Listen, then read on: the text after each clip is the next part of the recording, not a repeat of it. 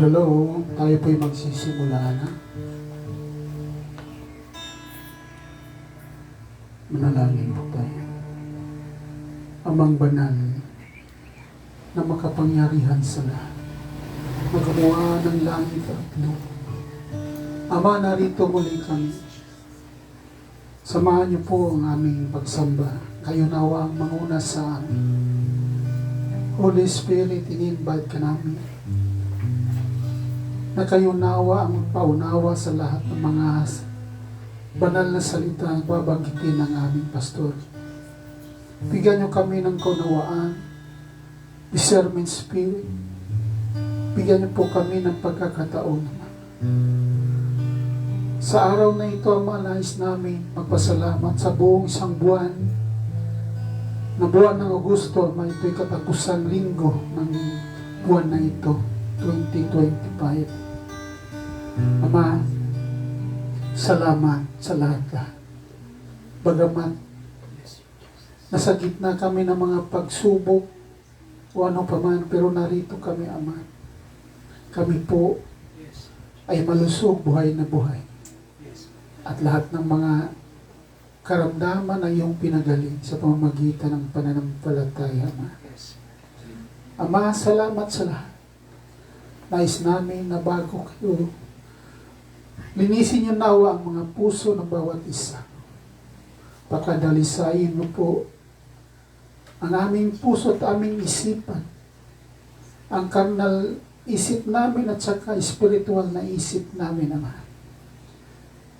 Ay pakainin niyo po ng iyong banal na salita. Ilapit niyo po kami, Ama, sa iyong kaharian. Sa mga araw na ito, nararamdaman namin ang maraming mga pagsubok, matinding mga problema dumarating.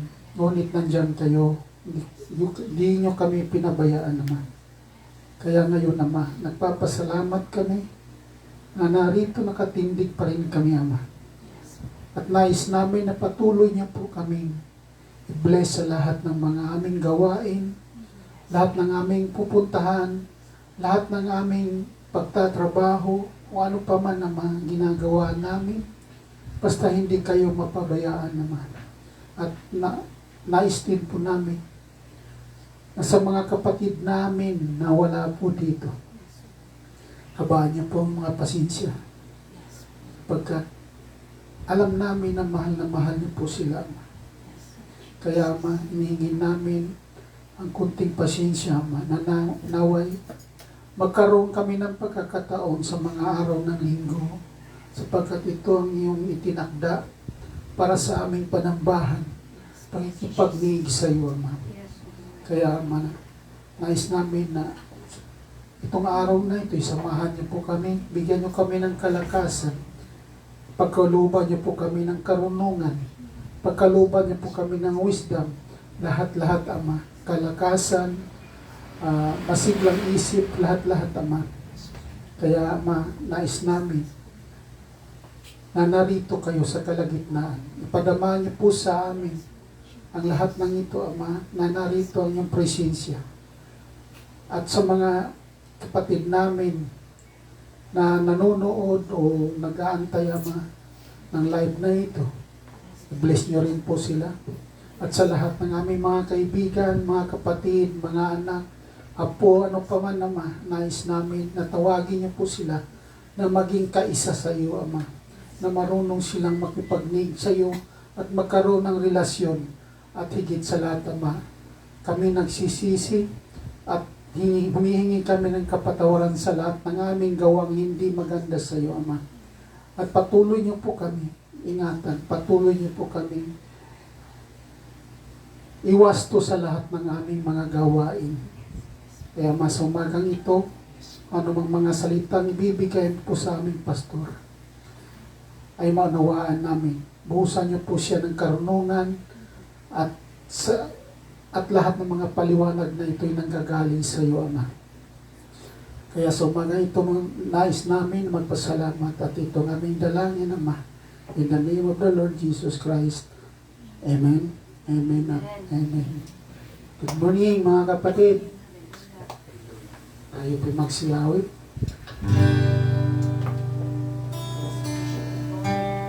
Hallelujah, Jesus. Hallelujah.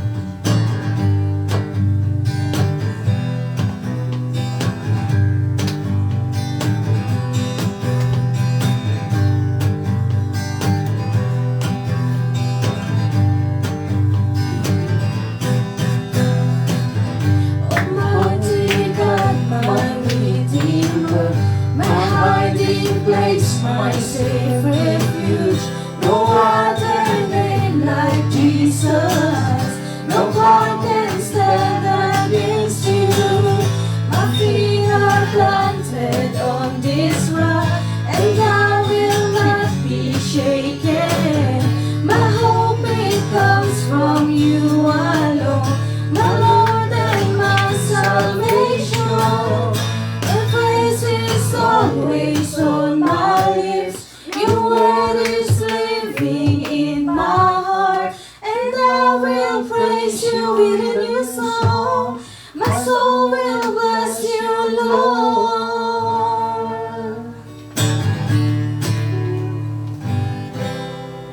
Hallelujah. Amen. Praise God. Jesus.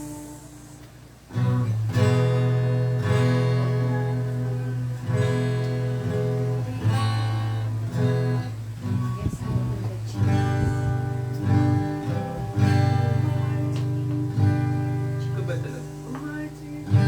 Almighty Redeemer, my hiding place, my safe refuge.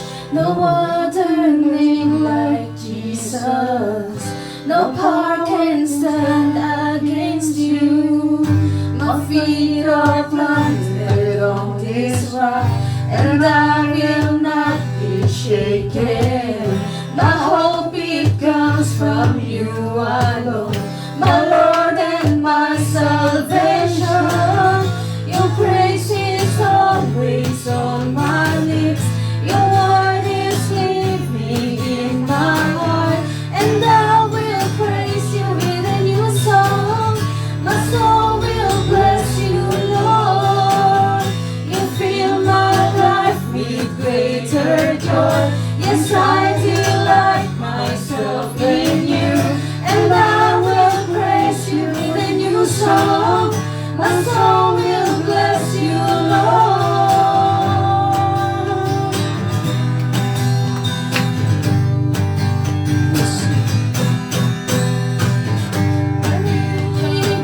My Redeemer, my hiding place, my safe refuge. No other name like Jesus. No power can stand against you. My feet are planted on this rock, and I will not be shaken. My hope it comes from you alone, my Lord and my salvation. Your praise is always on my lips. Your word is living in my heart, and I will praise you with a new song. My soul will bless you, Lord. You fill my life with greater joy. Yes, I delight myself in you, and I will praise you with a new song. My soul will bless you, Lord. You make me strong. When I'm poor, I know I'm rich, for in the power of your name, all things are possible. All things are possible. All things are possible. All things are possible. All things are possible. All things are possible. All things are possible. All things are possible.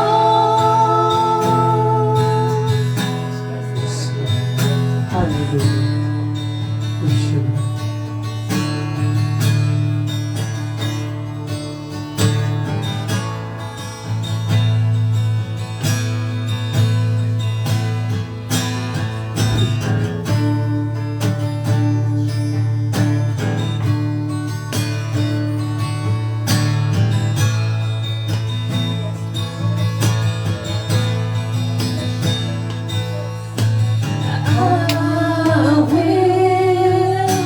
Bless the Lord forever.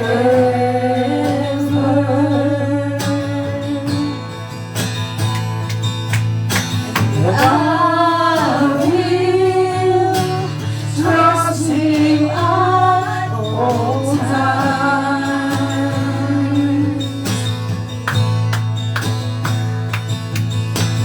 He has delivered me from all fear, and He has set my feet upon a rock, and I will not be moved, and I'll say of the Lord, You are my shield, my strength, my portion, deliverer, my shelter, strong tower, my very present help in times of need.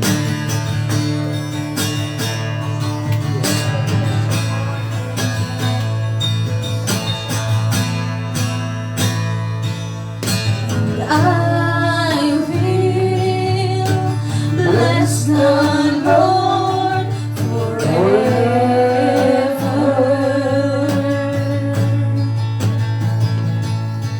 And I will trust Him at all times.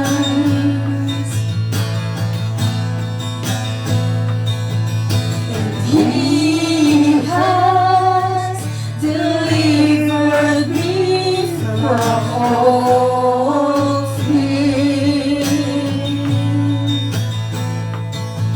and He has set my feet upon a rock,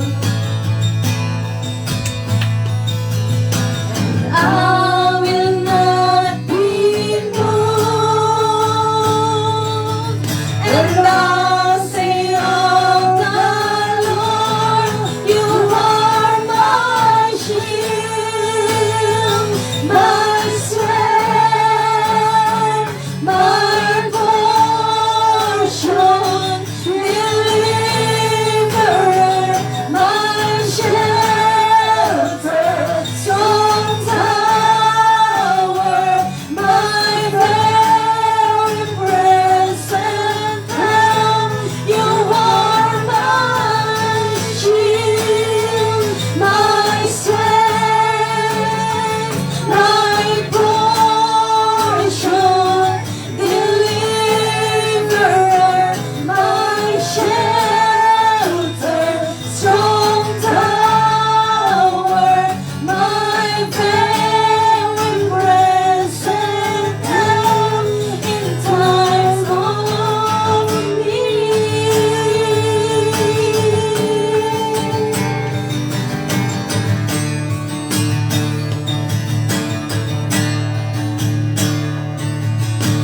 I will not be moved, and I'll say of the Lord, You are my shield, my strength, my portion, deliverer,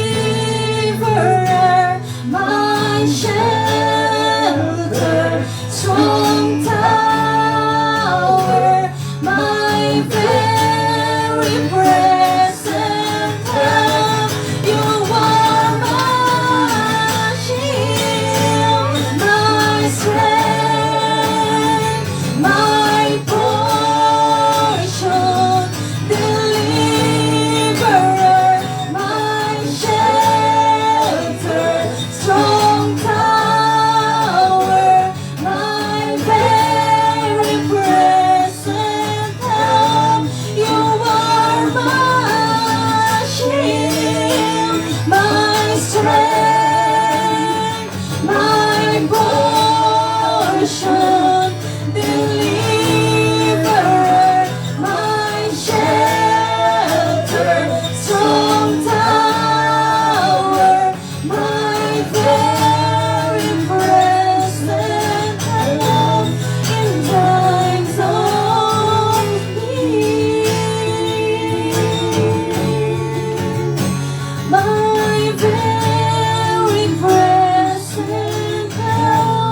in times of need.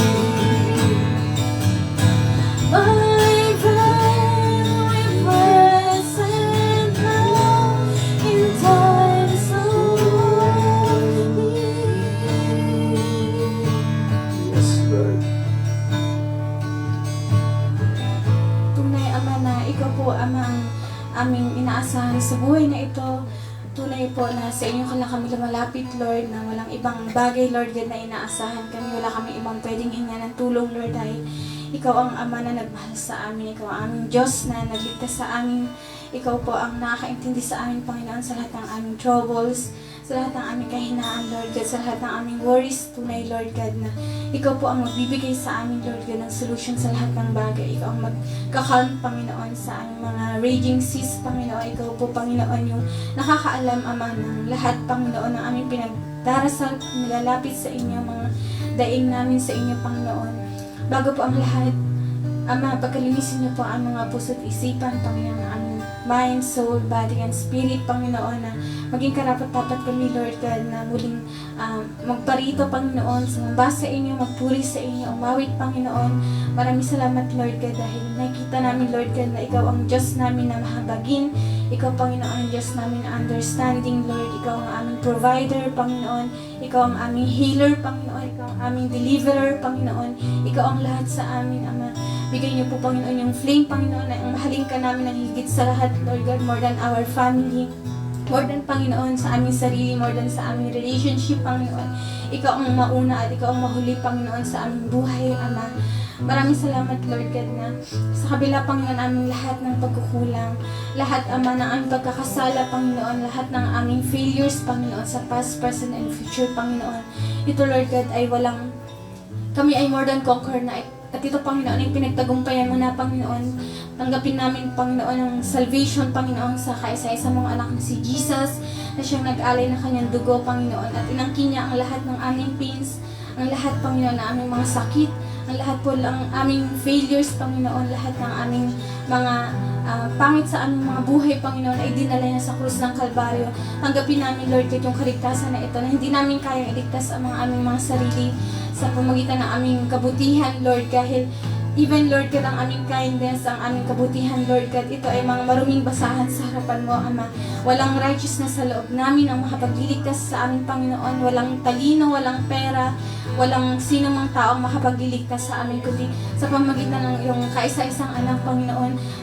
Tulungan mo, Lord God, yung mga tao na lost, Panginoon, mga hindi pa nakakailam ng kaligtasan ito, Panginoon, ng inyong grace, Panginoon, ng inyong mercies, Panginoon, ng inyong kindness, Panginoon, na sila ay i-reach mo, Panginoon, through the power of your Holy Spirit, Panginoon. Mangyari, Panginoon, yung Pentecost, Panginoon, na even, Panginoon, yung mga nasa malalayong lugar, na sila ay ma-reach, Panginoon, sila ay paguhin mo ng iyong Holy Spirit, ang mga mahal namin sa buhay, Panginoon, mga kamag-anak namin, pamilya, Panginoon, mga kaibigan namin, katrabaho, Lord God, na sila din, Panginoon, ay baguhin mo, Ama. Sila ay ma-born again, Panginoon, through your Holy Spirit, Ama. At kami din, Panginoon, ay patuloy niyo pang ingatan, i-deliver mo kami, Panginoon, sa lahat ng schemes ng kaaway, Panginoon, sa aming mga buhay, sa aming pamilya, Panginoon. Ay kita namin, Lord God, na si Satan ay gumagawa, Panginoon, upang i-distract kami, Lord God, upang kami, Lord God, ay magkasala, Panginoon. Ngunit patuloy namin dinadalangin, Lord God, na ingatan mo kami, ang mga anak mo, ang mga niligtas mo, Panginoon. Mula nung unang panahon, Lord God, may nakikilala mo na empower mo sila, Panginoon. Empower mo ang mga Christians, Panginoon. Ang mga tunay na anak mo na genuine, Panginoon, na may pagmamahal sa inyo, Panginoon, sa salita mo, Panginoon, at empower mo, Panginoon, strengthen mo kami, Lord God, ng iyong Holy Spirit sa araw-araw, Lord God, na mapagtagumpayan namin, Lord God, ang lahat ng temptations, ang lahat ng mga problema, Panginoon, at tunay, Lord God, na ikaw lang, Panginoon, sa iyo lang kami lalapit, wala kami ibang inaasahan, kundi ikaw lamang, Ama. At Panginoon, ikaw po ang siyang manguna sa amin sa araw-araw, ikaw po ang manguna sa pananambahan namin, sa aming mga buhay, Lord. Bigyan mo kami ng discerning spirit sa bawat decision aming gagawin, Ama. At Panginoon, palakasin mo din po yung mga kapatid namin na walang dito, Panginoon. Tawagin mo sila, Ama. muli niyo pong ibalik yung flame, Panginoon, na iserve. Paglingkuran ka, Panginoon, itaas ang inyong pangalan, Lord God. Magsama-sama kami magpuri sa inyong dakilang pangalan. Ingatan mo po, Ama, ang inyong bride, Panginoon, sa iba't ibang dako ng bangas ng ito hanggang sa maging labas ng bansa, Ama. Ang mga nagdadala ng inyong mga banal na salita, mga missionaries, Ama, mga pastors, evangelists, mga prophets mo, Panginoon, na Panginoon, ingatan mo, Panginoon, at Panginoon, patuloy niyo silang samahan sa kanilang buhay, Ama, at sa mga nandirito rin sa Pilipinas, Lord God, na patuloy niyo pong ingatan, lagi niyo pong samahan, Panginoon, sa lahat po ng mission, Panginoon, mga ministries, Panginoon, at sa mga aming bansa, at sa aming bansa din, Panginoon, at mga kababayan, Lord God, na patuloy niyo silang tawagin, Lord God, patuloy silang mabago, Panginoon. Sa inyo lang kami tunay, Lord God, na lumalapit na walang ibang kapangyarihan na pwedeng magbago sa tao, kundi ang inyong Holy Spirit, ang inyong banal na salita, Panginoon, na siyang maging buhay sa aming mga buhay, Lord God. Maging ito, Lord God, ay maging pag-asa namin, Lord God, mag-encourage sa amin, Lord God. At kapag kami po ay nanghina, Ama, patuloy niyo pong ilaga ito sa aming puso, sa aming isip, Lord God, na ito po, Lord God, yung magiging, ito pong pangako mo, Lord God, ang magiging, as inaasahan namin, Lord God, ang ito magiging anchor namin, Panginoon, sa aming mga buhay.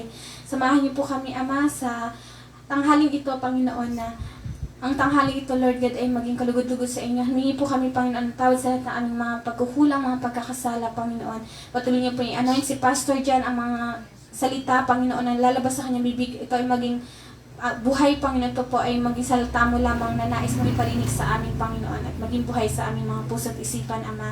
Ito pa ang samot dalangin sa pangalan ni Jesus. Amen, amen, at amen.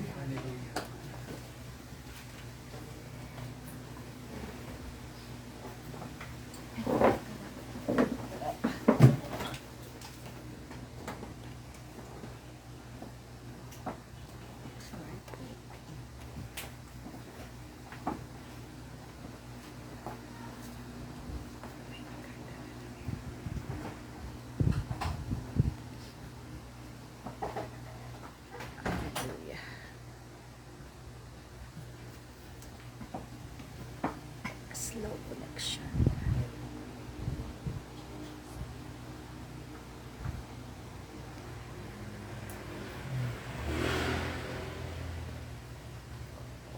Mga kapatid, tayo po ay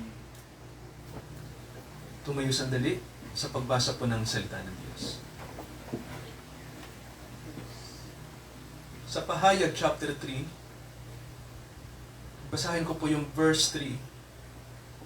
Kaya't alalahanin mo kung paano mo ito tinanggap at narinig. Tuparin mo ito at magsisi ka. Kaya't kung hindi ka gigising, darating akong gaya ng magnanakaw at hindi mo nalalaman kung anong oras ako darating sa iyo. Let us pray. Lord Jesus, ito'y salita niyo, Ama. Ito'y salita niyo, Panginoong Jesucristo, na sinasabi niyo ang pinakamahalagang gawain namin sa panahong ito. Samahan niyo kami. Ang inyong salita nawa ay dumating sa amin sa sandaling ito, Ama. Lord Jesus, we pray in Thy name. Amen. Makakaupo po tayong lahat, mga kapatid. Okay, binasa ko po yung portion ng mensahe ng Panginoong Jesucristo sa church ng Sardis. Sa mga hindi pamilyar sa Revelation, sa pahayag po kasi may 7 churches, no? At yung church ng Sardis, ito yung ikalima. At ang sabi ng Panginoon sa church na to, sabi niya, alam ko ang iyong mga gawa. Sa pangalan ikaw ay nabubuhay, ngunit sa totoo ikaw ay patay. Sabi niya. At ang sabi ng Panginoon, gumising ka. Sabi niya, no, wake up. Palakasin mo ang mga bagay na natitira na malapit ng mamatay. So ito yung ito yung revelation ng Panginoon sa church ng Sardis. At napakahalaga, mga kapatid, no, sa panahon natin na malaman natin yung susi para ang mga churches, lalong-lalo na po ang mga Christians, no, ang mga mananampalataya, papaano tayo magiging handa sa pagdating ni Jesus.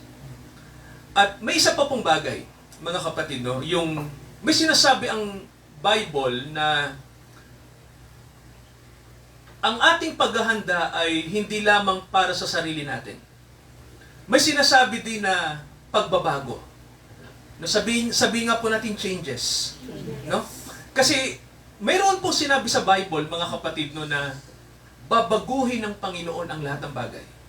May sinabi po siya, no, sa aklat ng mga gawa. No? Pakinggan niyo po ito. Basahin natin. Sa aklat ng mga gawa, pansinin niyo po ito. Mayroon na po akong babasahin. No? Galing sa sermon ni Peter. Ito ang sabi, chapter 4, at ito yung mababasa natin. Chapter 3, I'm sorry po. Ando lang tayo, no? Sorry po. Chapter 3. So ito ang sabi, no, ng sermon ni Peter nang siya ay nasa public nung time na yon. Sabi niya, verse 20 hanggang 21. At upang kanyang suguin si Jesucristo na itinalaga sa inyo si Jesus. Sabi rito, verse 21, na siya'y kinakailangang tanggapin ng langit hanggang, tingnan niyo po, no? Hanggang sa mga panahon ng pagsasauli sa dati ng lahat ng mga bagay. So may nakalagay na salita, no, restoration. Sabihin nga natin, mga kapatid, restoration. Ayan, so pag sinabing restoration, ibig sabihin po, yung mga nawala sa atin, ibabalik ng Panginoon. Yan mga kapatid, no, kung bakit may rapture. Kasi ang rapture po ay, ito yung original na kalagayan ng mga anak ng Diyos. Ang ating katawan po ay glorified. No? Naalala niyo po, no, yung unang tao, si Adam and Eve. May nakalagay sa Bible na may kasama sila. At ano po yun? Tree of life, yung puno ng buhay. So sino po yung tree of life na yon? Yun, mga kapatid, yung kanilang identity. No? Ang unang tao po ay siya po ay nasa glorification. No? Kasi kasama niya ang Panginoon, yung creator niya. So, sabi nga tree of life. So ang identity ng mga tao noong unang araw, no, si Adam and Eve, sila ay nagre-represent sa buhay. Buhay ng Diyos. Mga kapatid, hindi biological, no? Ang sabi, eternal life. So, ang tao po ay may buhay na walang hanggan nung umpisa. Amen po? No? Hindi tayo nag-umpisa ng mortal. Mga kapatid, no? Kaya, gusto ng Panginoon ibalik yon, no? Yung tinatawag na eternal life. Kasi, noon, ang ating source ay ang puno ng buhay. Pero, dumating yung panahon, makinig kayo, mahalaga to. Naglagay ang Diyos ng isang puno din, actually, 2 puno, no?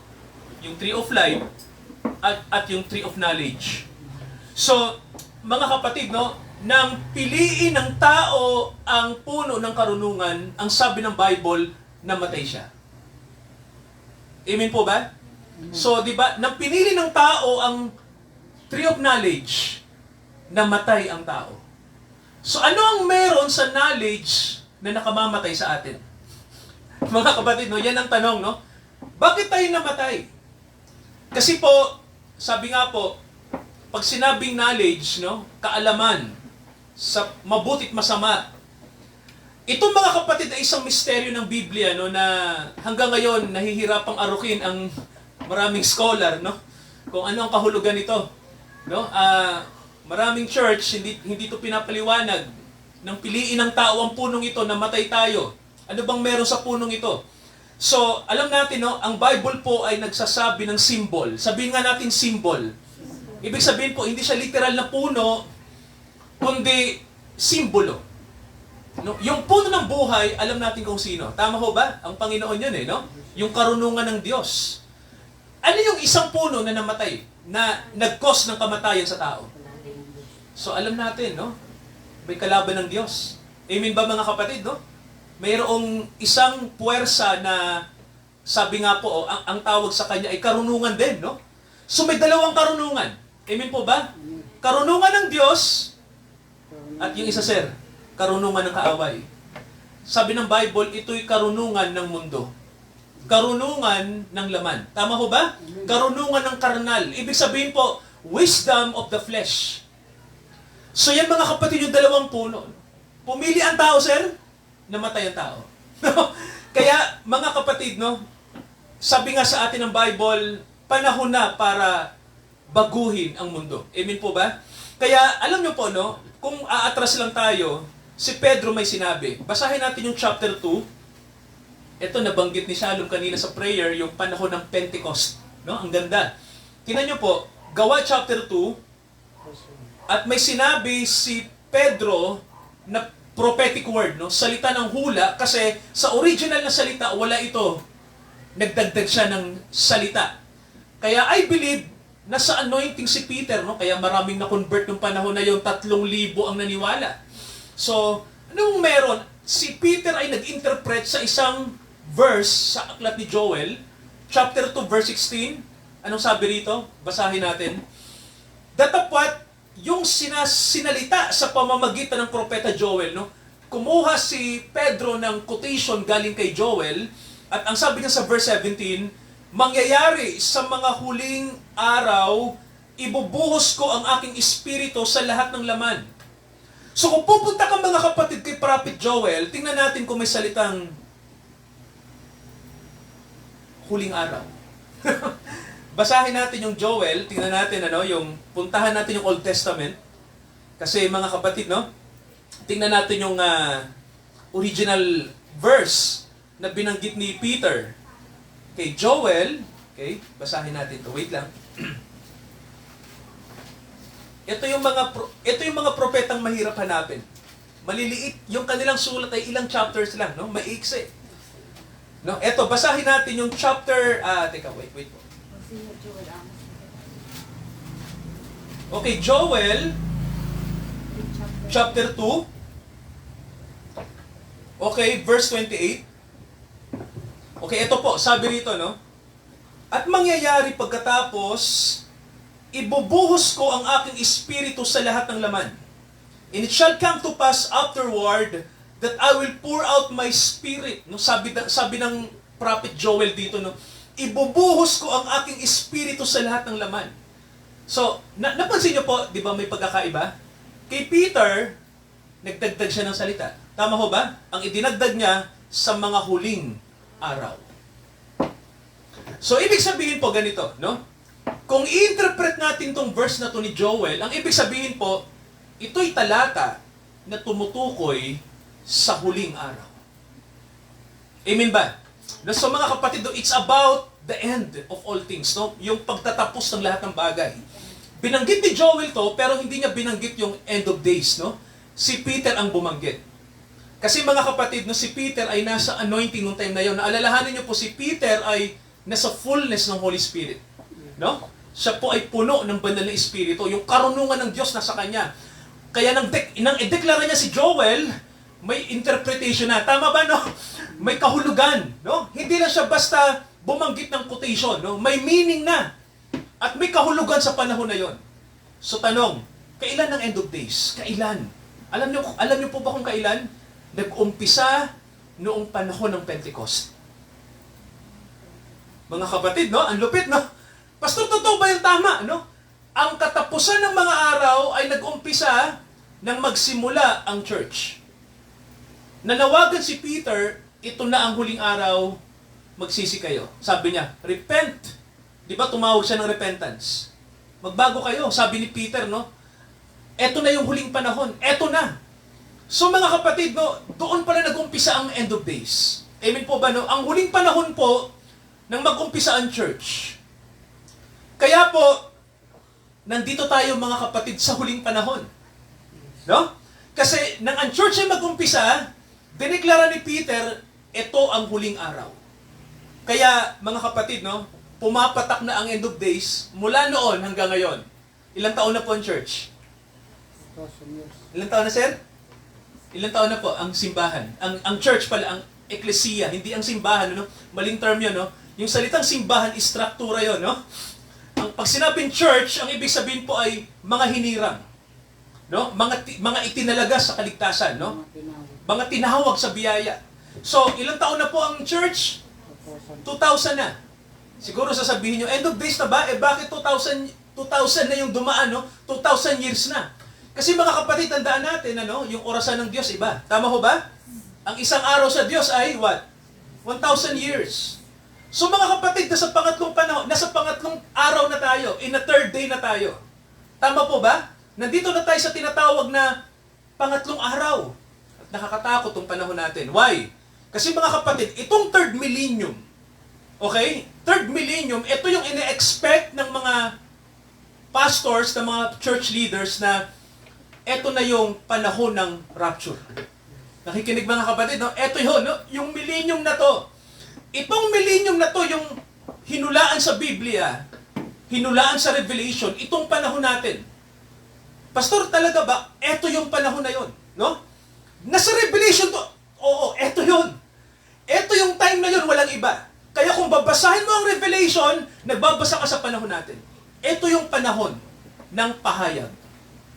So mga kapatid, no, kailangan alam natin to, no? Why? Kasi ito yung fulfillment. Ito na yung sinasabi na magaganap ang prophecy noon na sinabi ng huling apostol si John, no? Sa panahon po natin. Kaya mga kapatid, no, ito yung panahon ng rapture. Ito yun, third millennium. Ngayon,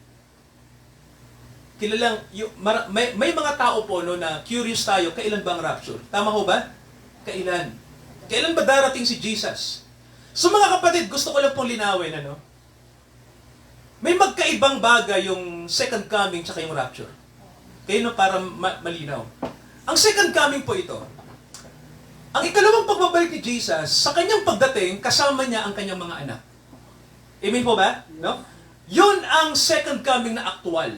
Basahin natin yung pahayag, tingnan natin yung second coming na aktual. Ito po, no? So, iba to sa rapture. Basahin natin yung Revelation chapter 1. Okay, at let us read, mga kapatid, no? Basahin natin yung verse 6 to 7. Okay, tingnan nyo to. Okay, Revelation 1, verses 6 to 7. Ito ang sabi ni Juan, ginawa niya tayong kaharian. Ano pong sabi? Ano yung unang word? Ginawa niya tayong kaharian, no? Mga hari. So, ibig sabihin po, ang mga anak ng Diyos ay magro-rule. Amen po ba?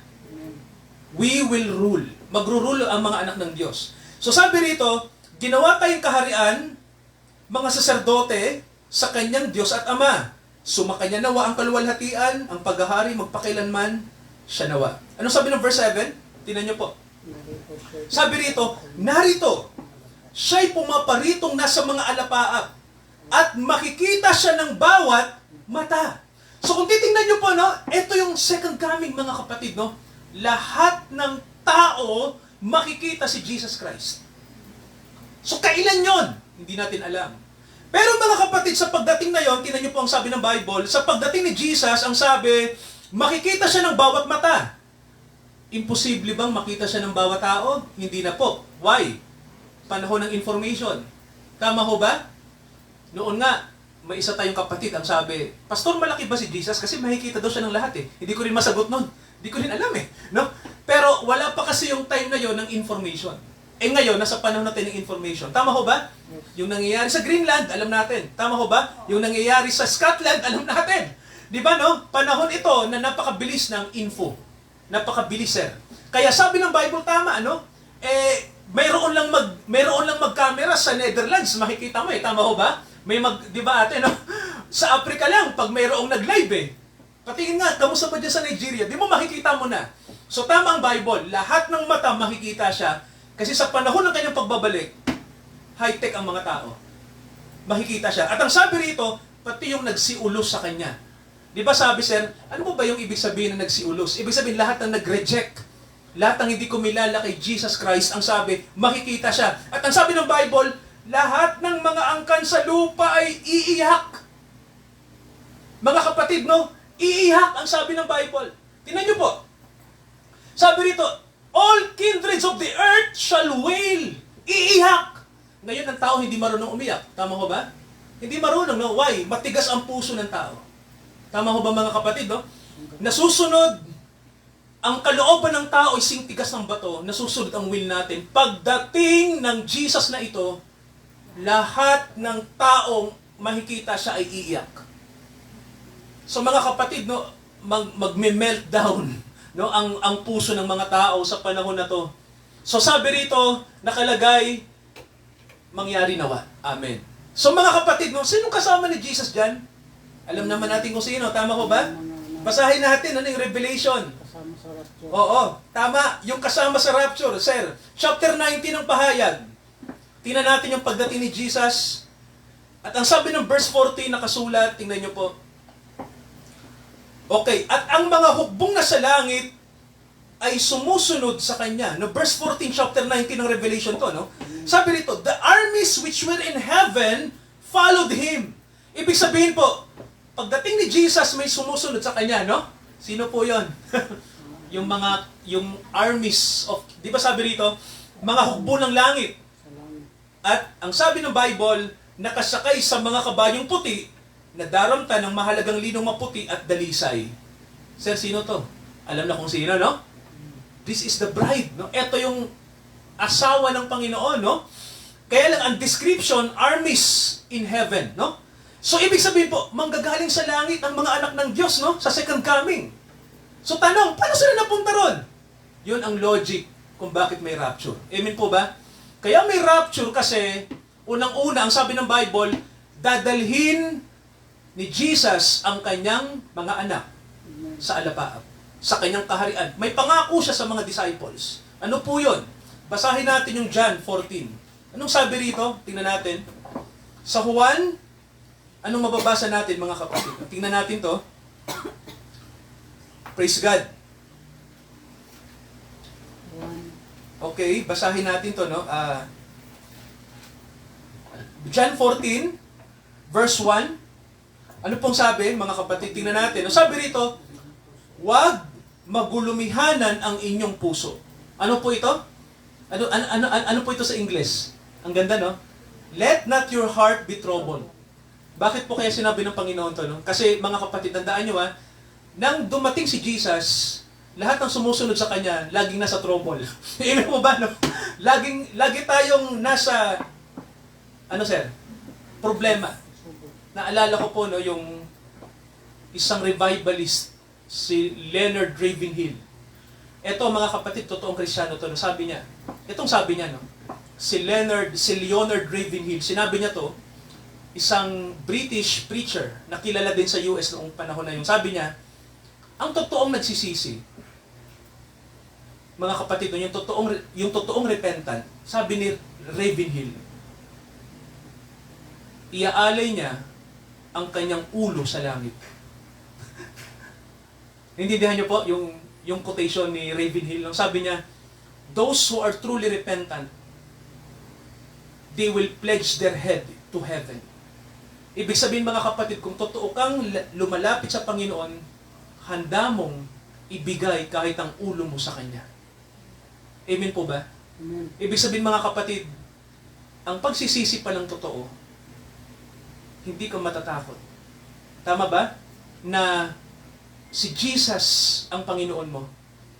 Kahit mamatay ka. Alam niyo sa Arizona, di ba may nangyaring case na may babae na bata yata yun, na tinutukan ng isang parang psychotic eh. Ang sabi sa kanya, do you believe in Jesus? Sabi niya, yes, binaril siya. Patay yung bata, no? So mga kapatid, nakikita nyo, no, na, alam niyo sa Nigeria, nakakatakot na, no? Sa Nigeria po ay maraming churches, maraming Christians ang inuusig, pinapatay. Sabi ni Ravenhill, ang mga nagsisisi, they are pledged their head to heaven. Mga kapatid, no? Dito lang, kung gagawin natin to, ng buong puso, handa nating isurrender lahat-lahat sa Panginoong Diyos, yung buhay natin. Alam niyo po, no? Ang buhay natin, ang pinaka hindi wasted na buhay sa mundo.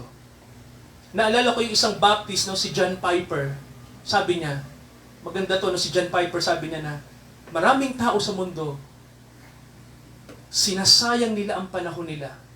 Nagiging basura ang panahon nila. Kasi mga kapatid, ang panawagan ng Diyos sa atin ang buhay natin ay para sa kaluwalhatian niya. Amen po ba? No? Ganun mga kapatid ang buhay ng Kristiyano, no? Ang buhay natin ay para mag-glorify si Jesus Christ. Para ang buhay natin ay sumalamin si Jesus, no? Kumbaga po, the more na nakatingin ka sa Panginoon, the more na nagre-reflect siya sa iyo. Amen ba mga kapatid? Di ba ganon?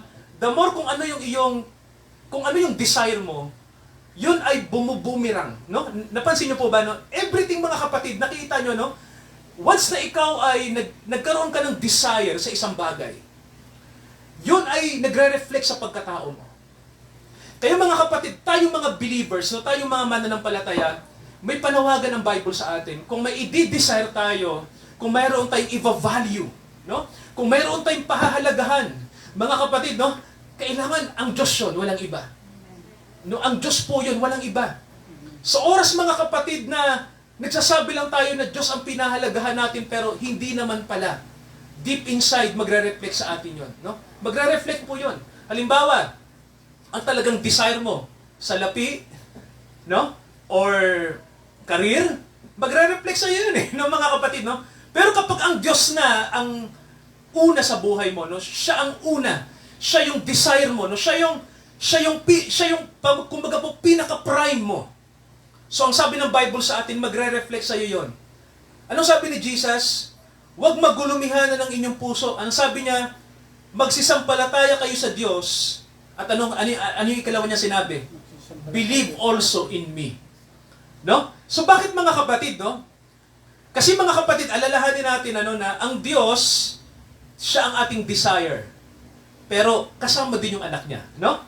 And then ano ang sabi ng Panginoon dito? Sa bahay ng aking ama ay, ano pong sabi? Maraming tahanan. So mga kapatid, ito yung goal ng mga believers. Amen po ba, no? Ito yung goal natin na makasama tayo sa tahanan na ito. No, at tayo ay maging agent ng pagbabago. Alam niyo po, no, sa mga mananampalataya, no, gusto ko lang din pong sabihin ito sa mga critic, no? Kasi maraming criticism. Mga kapatid, no, makinig kayo, mahalaga to. Maraming puna sa mga Kristiyano. At ito lang, no, sa mga marurunong dyan, no, sa mga intelektual. Sinasabi nila na ang mga Kristiyano daw ay mga tao na wala tayong pakialam sa mundo. Tayo ay mga bad na tao. No? Bakit po? Kasi puro daw tayo spiritual. No? Nakatingin sa Diyos. Ito ang sinasabi ng mga liberal. Ang mundo natin, punong-puno ng karahasan. No? Napansin niyo po, no? Ang gabing argumento, no? Ang mundo natin ay puno ng korupsyon. Ang lipunan natin. Anong ginagawa ng mga Kristiyano dyan? No? Nasaan ba kayo dyan? Di ba? Mga kilala si Jesus. May Diyos kayo. Ang ginagawa nyo? Ganon sinisita ng mga liberal, ng mga taong tinatawag na intelektual ang mga mananampalataya. Ganon mga kapatid, no? So sinasabi nila na wala kayong pakialam, no? Nangyayari sa mundo natin. O yan yung flood control. Anong ginagawa nyo? Ganon, ano? Magsalita kayo. Di ba, no? Di ba kayo ang nagdadala ng pagbabago? Well, mga kapatid, isang sagot natin. Gusto kong sagutin to, no? Kasi ang rapture po at ang revival ay connected. Nakikinig, mga kapatid, no? So, baka sa ibang nakikinig ay may salita kayong napakinggan ngayon na kakaiba. Revival. Ano po yun, pastor? Ano po yung revival, no? Sa pakitagalog ay revival? Kung ano? Pagkabuhay. Binuhay. Nirevive. Kayo ba nakakita na ng nire-revive? Halimbawa hindi makahinga? Di ba sini-CPR, bro? Di ba? Gano'n, no? Sini-CPR, di ba? Nire-revive. So, ano bang revival? At anong connection nito sa rapture? Well, ganito, kakaiba kasi, no? Iko-connect ko lang. Ang mga believers, kapag sila ay nagpipray na, Lord, dumating ka, ang dumarating ang Holy Spirit. Amen po ba? No? Kapag nagpipray ang mga believers na, Lord Jesus, come, ang dumarating ang Holy Spirit. So pag dumarating ang Holy Spirit, nagkakaroon ng kakaiba. Nagkakaroon ng something na kakaiba. Naalala nyo po noon, kung alam nyo lang mga kapatid, diba? Di ba, sino rito yung alam ang kasaysayan na, di ba, ang mga puti nag-aangkat ng mga Africans sa Europe, sa US, di ba? Di ba, nag-aangkat ng tinatawag ng mga laborer, di ba? Mga black. So, di ba, ang trato sa kanila ng mga white ay ano? Ano ang trato ng mga white sa mga black? Di ba, mga inaalipin? Alam natin ang history, tama? And then, di ba, ang gumagawa pa nito, yung mga nasa church. Nakikinig mga kapatid, no? So, ang nangyari ganito, no? Alam nyo po ba, eto, di ba, yun ay, ang black slavery, yun ay, pinasa sa Britanya at sa US, no? Para alam nyo po ito, no? Mga bandang 18 to 19th century, legal ang pag-angkat ng alipin galing sa Africa. May tanong ako, bakit ginagawa ito ng kapwa-tao? Mga kapatid, no? So alam niyo po ba, di ba, yung salitang legal, hindi ibig sabihin tama. Tama ho ba? Nakikinig mga kapatid, no? So, may ganyan sa lipunan ng Britanya at US noong panahon na yon. Pero alam niyo ba ang nagtuldok para matigil yon? Kasama rin ang politika, pero hindi talaga politika ang gumawa. Alam niyo kung ano?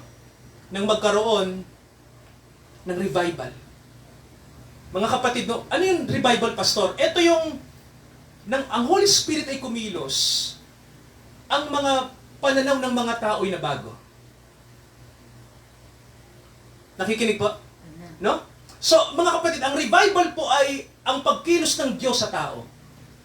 At siya'y gumagamit ng mga tao para mabago ang lipunan. So, mga kapatid, no? Gusto kong bumanggit ng mga pangalan. Halimbawa, si Wilberforce. Si William Wilberforce. Alam niyo po, nung hindi niyo siya kilala, papakilala ko lang sa inyo. Si William Wilberforce, mga kapatid, no, para alam niyo, siya isang British politician na ang kanyang sinabi, itigil na natin ang pag-angkat, i-abolish na natin ang slavery sa Britanya. Alam niyo kung bakit siya matapang? Isa siya sa mga House of Commons, mayamang politicians. So, sasabihin natin na isa sa mga kasi pag sinabi natin politicians, alam natin corrupt, no? At isa rin siya sa napagbibintangang corrupt. Pero may isang bagay, si William Wilberforce. Alam niyo kung ano siya? Born-again Christian siya. Nakikinig mga kapatid, no? Isa siyang born-again Christian, si William Wilberforce. At ang sabi niya, bilang Kristiyano, hindi ko maaatim na mayroon tayong batas na ang tao ay dinidegrade natin. Nakapwa din natin sila. So, ang mga tiga-British, ang sabi ng mga Brito na mga politicians, nandiyan na naman, sinapakamoral, born again, oy, no? Matatalo ka namin, no? May batas kami, botohan na lang kung sino man nanalo. Alam nyo, dumating ang panahon, mga kapatid, no? Nagbotohan sa Congress ng Britanya, nanalo sila Wilberforce. So, mga kapatid, no? Anong ibig sabihin noon? Kumilos ang Diyos. Kumilos ang Diyos sa politika ng Britanya para matigil ang ang slavery. I-abolish ang slavery. So mga kapatid, ano yun? Anong dahilan kung bakit may pagbabago sa lipunan? Dahil kumilos ang Diyos sa puso ng mga tao. At mga kapatid, na-influensya si Wilberforce ng mga Methodist preachers. Isa na dyan, sila John Wesley, nangangaral. Sila John Newton, yung pastor niya, mga kapatid, no? Yung nag-compose ng Amazing Grace. Amazing Grace. Si John Newton ang nag-compose nun, at membro niya, si William Wilberforce. At sabi ni Wilberforce, ang grace ng Diyos, hindi lang sa mga white people. Tama ba? Sa lahat ng lahi, sa lahat ng kultura. So mga kapatid, kung nagkaroon ng pagbabago sa politika, at least naalis ang korupsyon, yung isang bagay na sinasabing masama. Dahil nag-pray, nanalangin ang mga Christians, nagkaroon ng spiritual revival. So mga kapatid, balikan ko lang, yung rapture. Bakit, pastor, mahalaga na maging handa tayo sa pagdating ni Jesus? Si William Wilberforce, handa siya sa pagdating ni Jesus. At sa pagdating ng Holy Spirit ng Panginoon, nabago yung kanilang lipunan. Mga kapatid, may nababago pag dumarating ang Panginoon. Amen po ba?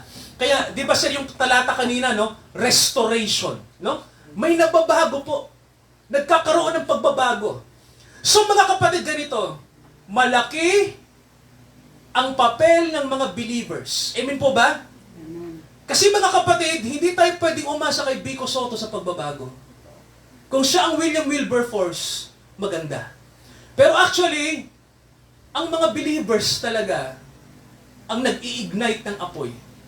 No? Tayo po 'yon, mga kapatid, no? Hindi ibang tao, no? Sabi nga, ang agent ng change ang mga believers. Tingnan niyo po ano yung nangyari, no? Nang malupit si Charles Finney. Sa Amerika ganun din, ano? Legal ang alipin. Si Charles Finney, mga kapatid, no, para kilala niyo, si Charles Finney ay isang preacher na siya yung sinasabing ni Billy Graham, no? Kinikilala ni Billy Graham na isa sa mga idol niya, si Charles Finney. Kasi si Charles Finney ang nagpasimula ng altar call. No? Siya nag-origin nun. Actually, noong araw, walang altar call. Walang ganun, yung pinapalapit yung mga tao, sinong gustong tumanggap. Walang ganun. Si Charles Finney nagpauso nun. At kaya lang si Charles Finney, mga kapatid, isa siyang preacher na hindi dumaan sa theology. No? Wala siyang alam sa theology, pero nagbabasa siya ng Bible. Isa siyang abogado. Matangkad na lawyer, promising na lawyer, pero sabi ng history, si Charles Finney ay matalinong tao. Sharp ang kanyang mind. Marunong siya sa law. Pumasa siya sa law.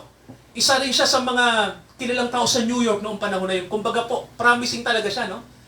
Kumbaga, ang tingin ng mga tao sa kanya, magiging politician to. Pero, iba ang plano ng Diyos sa kanya. Alam niyo si Charles Finney, nang tawagin ng Diyos na maging preacher, ito yung buhay niya. Hindi siya believe sa mga Kristiyano. Kaya para alam natin mga kapatid, si Charles Finney po, hindi po siya believe sa mga Christians, hindi siya lumaking Kristiyano, ang pamilya nila agnostic. Kumbaga parang hindi sila religious sa mga tao, no? Wala silang pakialam sa faith, sa religion lang. Gusto mo magsimba, kultura lang. Si Charles Finney ay isang tao na typical. Isang araw. Alam niyo nagpabago sa kanya?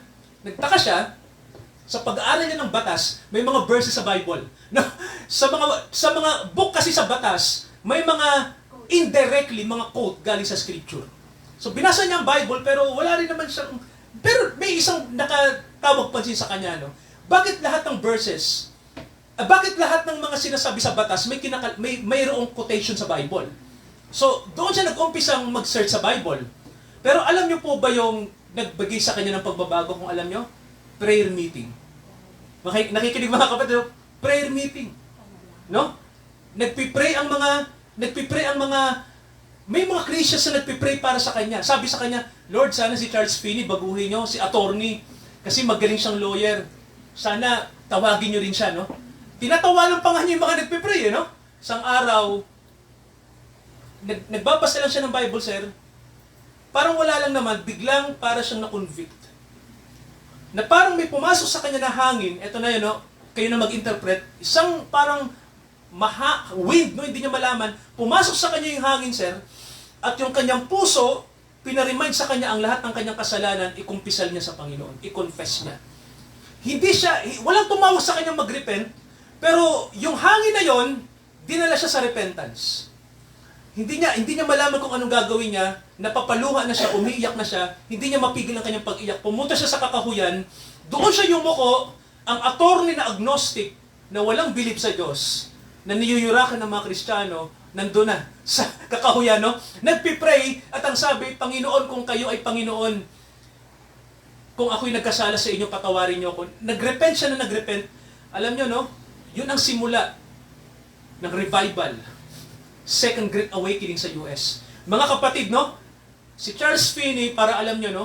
Matindi mag-preach. Malupit, no? Talagang no? Iba siya mag-preach. Pag siya ay nagpi-preach, hindi yung talagang kukumprontahin ka niya, no? Repent, gano'n, ano? So alam nyo po ba, no? Kumilos ang Holy Spirit sa kanya. Amen po ba mga kapatid, no? Dahil sa prayer ng mga believers. So isa sa kanyang advocacy, alisin ang black slavery sa US. Si Charles Finney ang nag-advocate nun. Isa siyang evangelist, pero ginawa niya yon. Amen po ba mga kapatid, no? Si Abraham Lincoln, kilala nyo? Yes. Di ba, no? Ang pinakadakilang presidente ng Amerika. Bakit siya pinakadakila? Marami naman magagaling din, higit sa kanya. Di ba? Pero bakit siyang sinasabing the greatest president? Si Lincoln, mga kapatid, ang pangulo sa Amerika lang, na dahil sa kanya gusto niyang ipatigil ang pang-aalipin ng slavery, nagdulot ito ng giyera sa kanilang bansa. Amen po ba? Si Charles Finney, para alam natin, siyempre, pabor siya doon sa sinasabi ng Pangulo. No? So, kung titingnan niyo mga kapatid, no, may kinalaman ba ang spiritual sa pagbabago ng tao? Yes. Diba? At mga kapatid, ganun din ang mga believers sa panahon natin. No? Sabi nga po lahat ng changes sa mundo, ito ay dahil ang mga anak ng Diyos ay kanilang inaabangan ang pagdating ni Jesus. Mga kapatid, kaya hindi tayo selfish. No? Hindi totoo yung sinasabi na bakit daw tayo walang pakialam sa lipunan. Mga kapatid, tama ba? Malaki, sir, no? Malaki ang pakialam ng mga believers sa lipunan. At ang tanging sagot sa problema ng tao, di ba mga kapatid, no? Tama ba? Anong sagot, sir? Yes, ang gospel. No? Ang gospel, pag nalaman ng tao yan, mababago ang tao. Mababago ang lipunan. Mababago ang puso ng tao. Mababago ang mga politician. Mababago ang DPWH. Naniniwala kayo ron? Di ba no? Di ba no? Kasi mga kapatid, pag Diyos na ang kumilos, ang tao walang magagawa. So bakit, Pastor, kailan ba kikilos? Nagpipray naman tayo, nagpipray. Ito yung panahon, kailangan tayo mag-pray. Alam niyo po bang revival? Nag-uumpisa yan kapag nasa kadiliman ang lipunan. Pag nasa madilim ang puso natin. Tama ba mga kapatid, no? Ang liwanag nag-uumpisa sa dilim. Kaya nga liwanag Tama ho ba? So, pag nasa kadiliman tayo, eto na yung panahon. Tawagan natin ang Panginoon. Kaya mga kapatid, di ba ang rapture din, sa panahon ng kadiliman, darating siya. Amen po ba? Di ba? Naniniwala ba kayo, ang Pilipinas, pwede pang magkaroon ng revival dito sa bansang to? Yes. So mga kapatid, kailangan ang mga Kristiyano ganito, no? Hindi tayo magiging sectarian. Kailangan alisin natin yung pagiging sectarian. Kailangan sundin natin yung sinasabi ng Scripture. Look unto Jesus. No? May sinasabi mga kapatid, no? At naniniwala po ako, no? Ang Holy Spirit, pag gumawa, kasi mag-uumpisa ang change sa atin. Hindi sa labas. No? Kailangan mo na mag-uumpisa ang pagbabago sa puso natin. From the heart. Ganun mga kapatid, no? Wag mong sabihin na magbago ka, ikaw muna ang magbago. Tayo. Si Charles Finney, gano'n na nangyari sa kanya No? Siya ang unang nabago. Nakulbis siya sa kasalanan niya, sa kanyang pride, di ba? Sa kanyang pagiging agnostic, sa kanyang pagiging unbeliever. Siya ang nabago No? Hindi niya muna tiningnan na mabago kayo. Di ba? Siya muna. Kaya ang change mga kapatid starts from what? Kanino? Sa sarili natin. No? Ganun mga kapatid, no? Pag nabago tayo, ano yan Alam nyo ba yon yung pag binato mo yung bato sa tubig, sa ilog, di ba? Alam nyo ba yon yung may wave. Di ba, no? From you, nakikita nyo, no, yung influence. Ganun mga kapatid lagi, sa pagbabago ng lipunan, it starts from one. Nag-uumpisa sa isa. Si Nelson Mandela, sir, kilala nyo? Yes. Kilala nyo, di ba? South American. Opo, si Mahatma Gandhi, kilala nyo? Si Gandhi? Di ba, no? Nakita nyo po ba, lahat ng revolution, lahat ng revival, lahat ng transformation, may kita nyo, it starts from one. At baka ikaw yon. Tama ba? Sa pamilya mo, sa bansa mo. Alam nyo, bansang Pilipinas, baka hinihintay lang si Sir Alan lang na mag-pray. Sir, no? O baka ako, o baka kayo. Tama ho ba, no? It starts from one, mga kapatid, no? Pag ang isa ay naging seryoso sa Diyos at plined siya ang kanyang ulo sa Panginoon. Panginoon, gamitin niyo ako sa pagbabago. Gamitin niyo ako, Holy Spirit. Sa akin, baguhin niyo ako, baguhin niyo ang iba, gamitin niyo ako, and then, alam natin hindi madali. Tama ho ba? Opposition will come. Satanic attack will come. So mga kapatid, no, gusto kong sabihin sa inyo, ang Christianity po, ang faith, na it's about war. Tungkol sa gera ang faith na to. Hindi ito psychotherapy. Nakikinig po ba? Hindi ito yung ano lang, no, yung magsaya tayo palagi. Ang Christian faith ay war. It's about war. Gera to mga kapatid. O spiritual war to. At kung hindi ka sanay doon, mga kapatid, walang mangyayari. Tama ho ba? At isa pa rito, hindi ka rin masisave. Kailangan mong lumaban. Di ba, no? Si Pablo nga, in-illustrate niya ang pagiging Christian sa mananakbo. Di ba nakita niyo po yun? Di ba? Na siya ay nagtutungulin. So mga kapatid, you should fight for God. Fight for faith. Hindi ka pwede maging passive. At di ba may sinabi ang Panginoon, no, sa panahon na ito, idudura ko ang mga lukewarm. Isusuka ko kayo. Di ba sabi niya, hindi ito panahon, mga kapatid, na maging lukewarm ang mga mananampalataya. Kaya mahirap, no? Ito ang panahon ng prayer. Ito ang panahon ng sama-samang pananalangin, sama-samang pakikinig ng Word of God. Kasi mga kapatid, inaalis din natin yung pagiging church o traditional church ng church. Tama ho ba? Hindi tayo ganun eh. No, mga kapatid, ano tayo, pastor? Hindi tayo ganun, hindi tayo sektarya, no? Kaya tayo nasa church to pray and to seek God's will. Yun yung mga kapatid, no? At pag wala ka sa church, isik mo yung will ng Diyos. Mag-pray tayo, di ba? Mag-pray ka. No? So, mga kapatid, nag-uumpisa ang rapture, nag-uumpisa ang revival, nag-uumpisa ang supernatural sa isang tao na kaya niyang i-pledge ang kanyang ulo sa langit. Lupit, no? Kaya, mga kapatid, no, tinan nyo sagutin nyo po ako, matindi to. Si Pablo, inalay ba niya ang kanyang ulo sa langit? Yes. Inalay niya. Patay si Pablo, no? Si John the Baptist, magandang tanong, inalay ba niya ang kanyang ulo sa langit? Inalay niya. Mga kapatid, ganon ang panawagan sa atin. Ialay natin ang ating ulo sa langit. No? Kasi mga kapatid, doon lang nagkakaroon ng revolution. Kailangan nating maging Jacob sa panahon na to. Panginoon, humihingi kami ng revival. Humihingi kami ng transformation. Humihingi kami ng revolution, spiritual revolution. Gamitin nyo kami.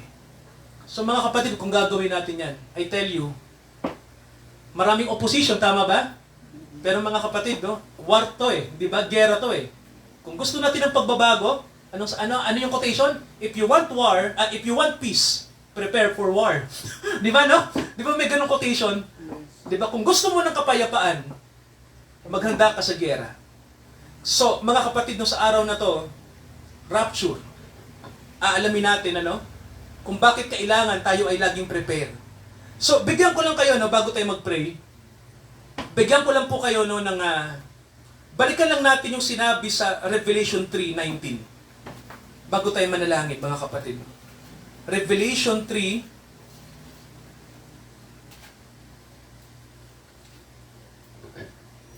okay, 19.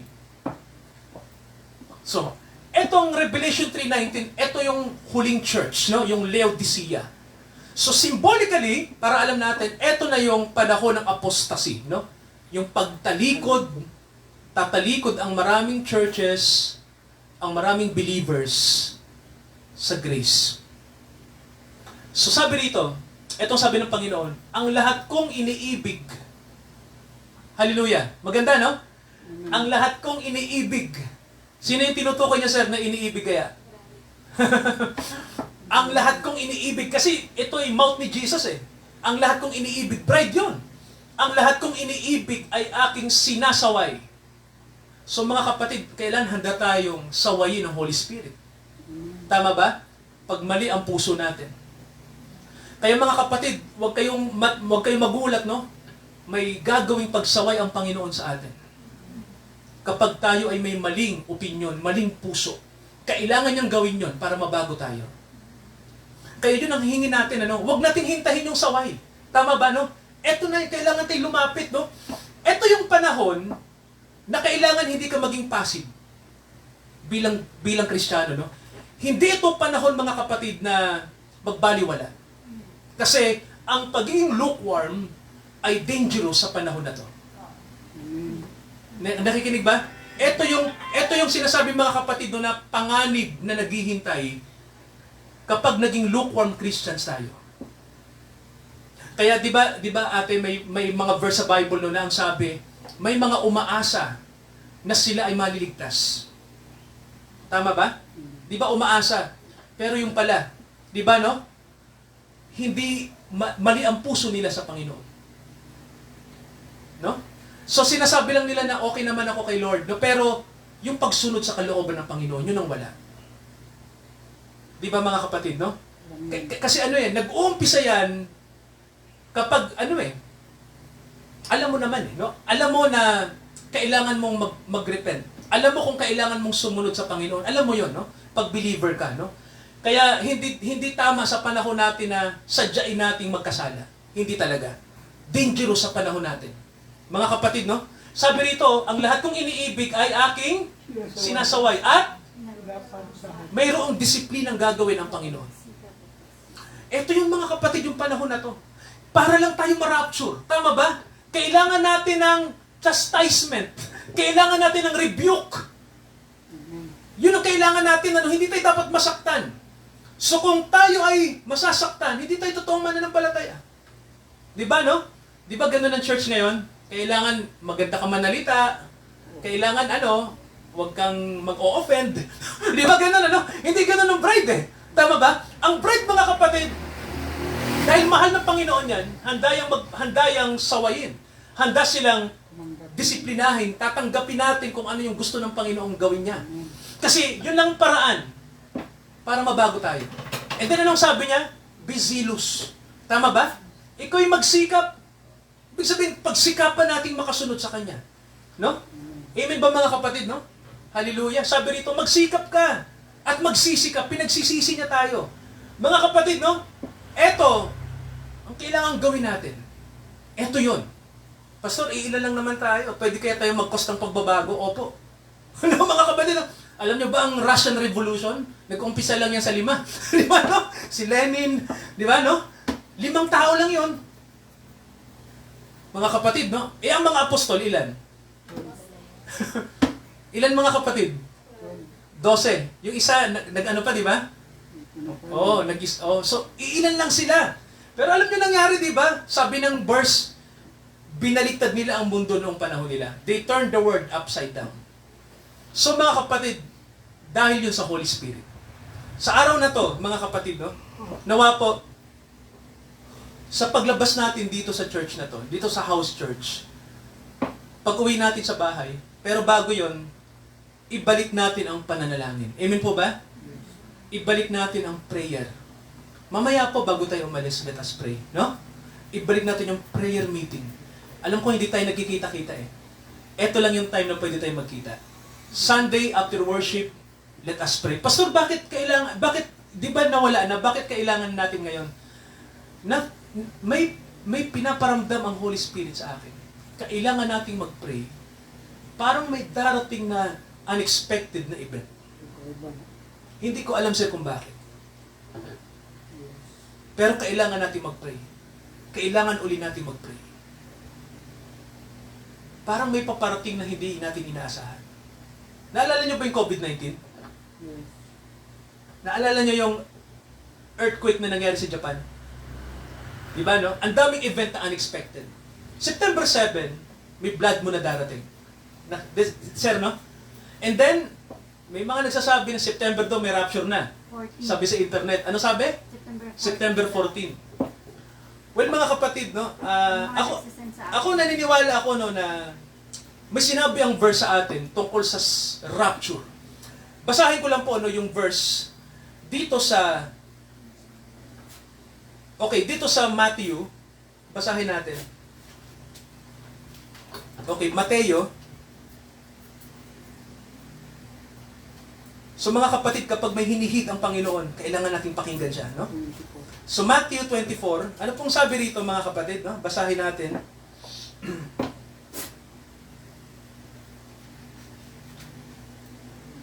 Matthew 24, verse 36. 36 to 37. Okay. So anong sabi rito? Ito mga kapatid, 36 to 37. Maganda hanggang 39 na. Basahin natin. Okay, sabi rito, tungkol sa araw at oras na yaon. Anong sabi po? Walang makakaalam. Yes. Yung arrival ni Jesus Christ, no? Tungkol sa araw at oras, the day and the hour, walang makakaalam. Ang mga anghel, alam po ba? Hindi. Ang anak, alam ba? Hindi rin. No? Sino po nakakaalam? Ang Diyos lamang, ang Ama. And then anong sabi?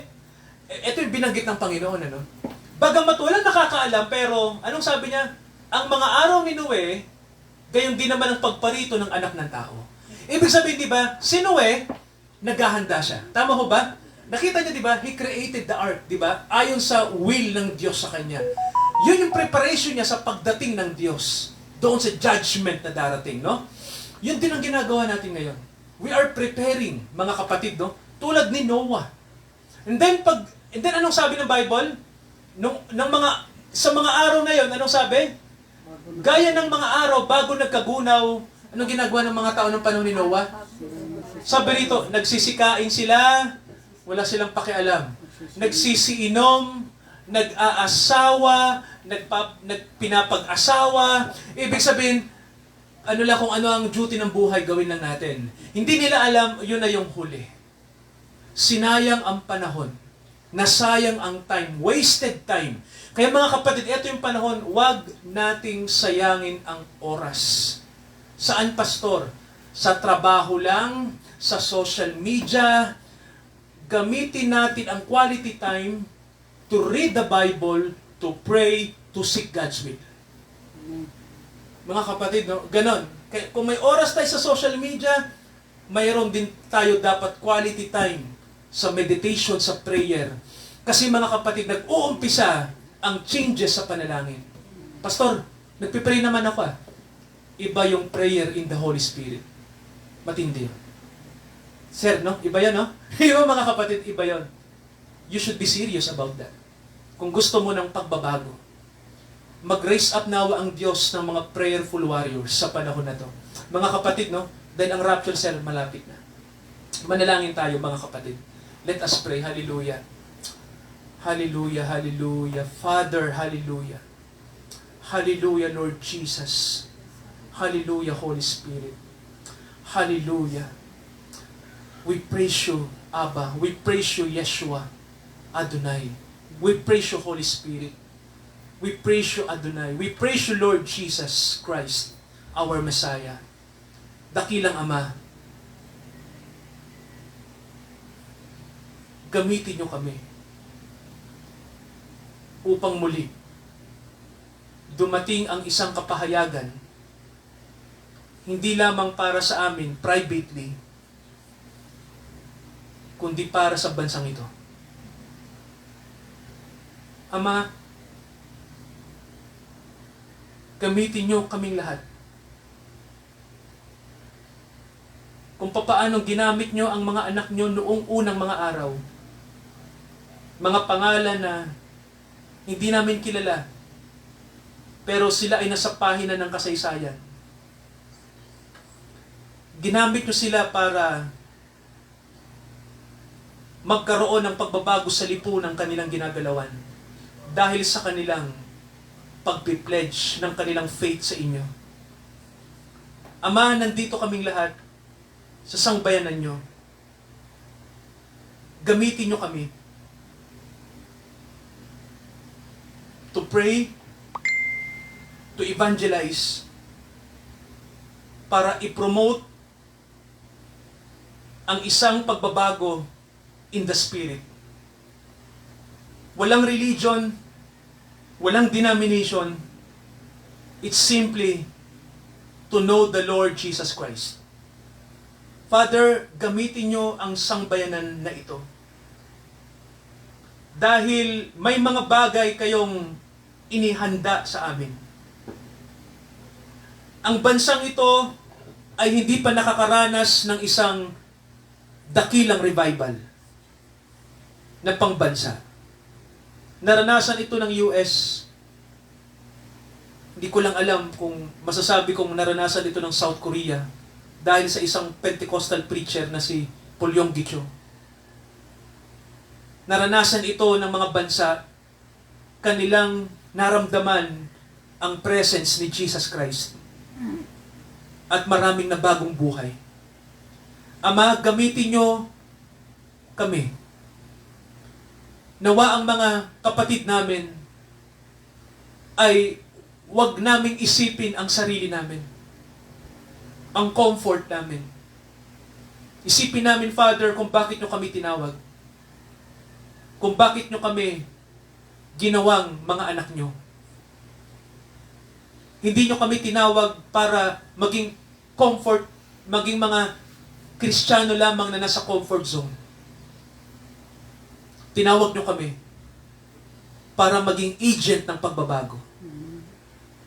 Ama, I believe, may iba sa amin dito gagamitin nyo sa healing, gagamitin nyo sa prophecy, gagamitin nyo sa preaching, gagamitin nyo sa good works, at marami pang iba. Ama, nandito kami. Gawin nyo kaming channels of blessings. Para mabago, hindi lang kami, kundi ang mga tao sa paligid, ang lipunan at ang bansa. Ama, naniniwala kami na mayroon pa kayong habag sa bansang ito. Sa tingin ng iba, wala na kaming pag-asa. Ang culture ng corruption ay laganap. Ang kahihiyan ng bansang ito ay laganap. Ang mga false faith ay laganap. So sa tingin namin, Ama, ay anong pag-asa namin para magbigay ng pagbabago? Ama, walang imposible sa inyo. Turuan nyo kaming manalangin. Hanapin ang kalooban nyo. Dahil dito lamang magkakaroon ng spark, ng apoy, ng pagbabagong lakas. Amang makalangit, ang rapture, bago mangyari, gagamitin nyo ang mga anak nyo para ang liwanag nyo ay makita, maranasan ng mga tao. Father, i-bless nyo po ang mga kapatid, kaming lahat, gabayan nyo kami. Ito ang aming panalangin, tinataas po namin ang inyong dakilang pangalan. Samahan nyo kami sa tanging pangalan po ng aming Panginoong Hesukristo. Lahat po tayo magsabi ng Amen. Amen. Hallelujah.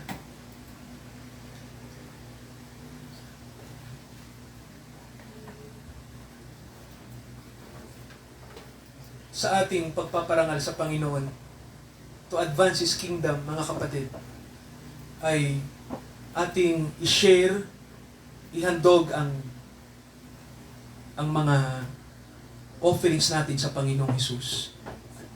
Hallelujah, praise God. Dahil siya'y tapat sa atin sa lahat ng oras, sa lahat ng panahon.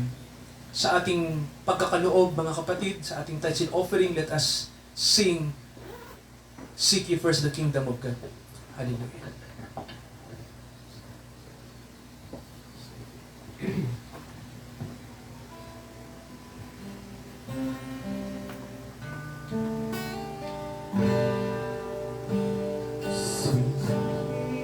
Seek first the kingdom of God and His righteousness,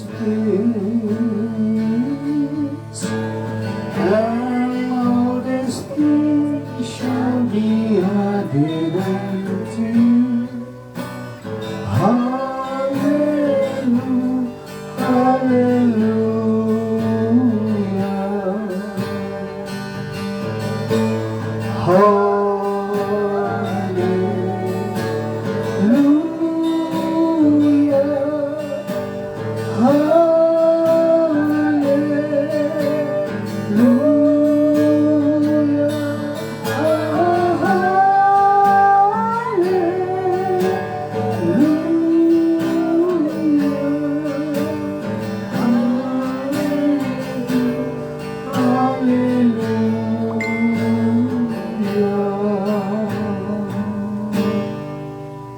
Panalangin ng pagsalamat. Praise God. Father God, muli kami nagpapasalamat sa iyo, Ama. Narito ang aming mga handog. Narito ang aming mga alay Yes. upang mabuhay at maging matibay itong aming panambahan. Nialay namin ito ang bunga ng aming pagod. Ama, i-bless niyo po ang lahat ng ito. I-bless niyo po sa ang mga kapatid na nagbigay at ganoon din sa mga kapatid pa na magbibigay pa. Ama, i-bless niyo ang church na ito. Nanaway magamit ito lahat sa kabutihan upang ipalawak ang iyong salita, Ama. Gamitin mo ang aming pastor, ang aming pastora, at lahat ng naririto, Ama, upang lumagana palalo ang kadakilaan ng iyong salita, Ama. Ama, gabayan niyo po, bigyan niyo po ng karunungan ng bawat isa.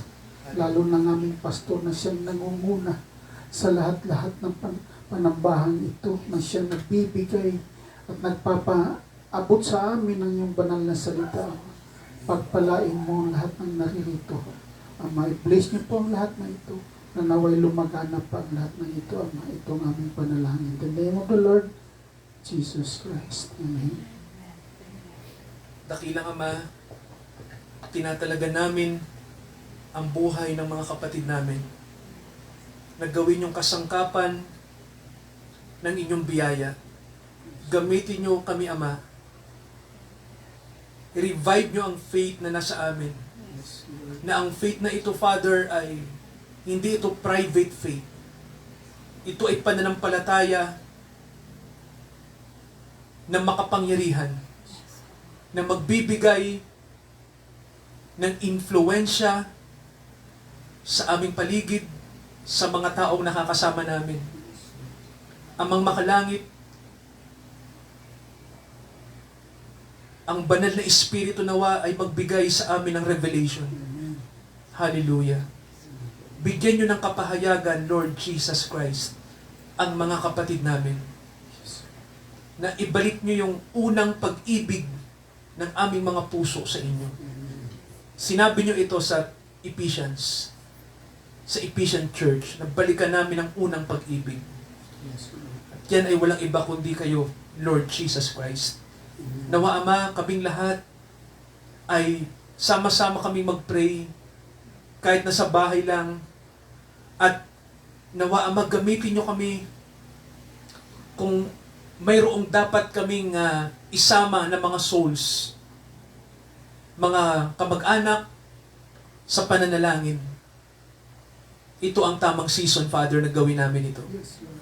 Father God, nawa, bigyan nyo kami ng kasigasigan. Sinabi nyo, be zealous and repent. Magsikap kami sa panahon na to. Dahil, Ama, nakikita namin na may darating na unprecedented events. At nawa, dakilang Ama, handa kami sa mga events na darating, sa mga hindi inaasahan. At hindi kami magugulat kung dumating man yon. Handa kami. At nawa, Ama, ang mga Kristiyanong born again, mga totoong born again Christians, Father, sa lahat ng dako ng bansang ito, bigyan nyo kami ng connectedness sa isa't isa. Lahat kami.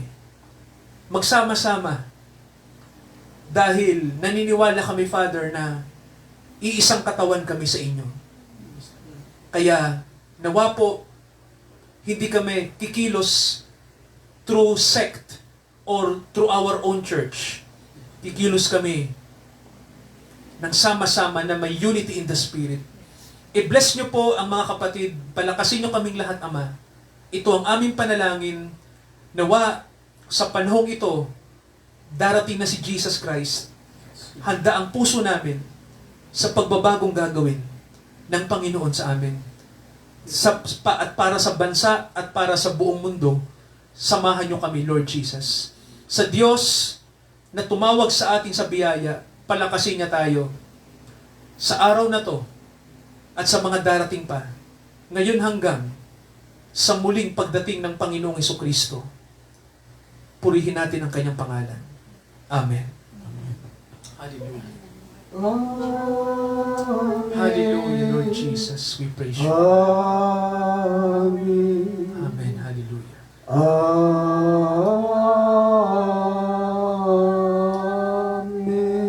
Hallelujah, Father. Purihin ang Panginoon. Purihin ang Diyos. Jesus. Lord Jesus, purihin kayo. God bless us. God bless sila. God bless us, mga kapatid.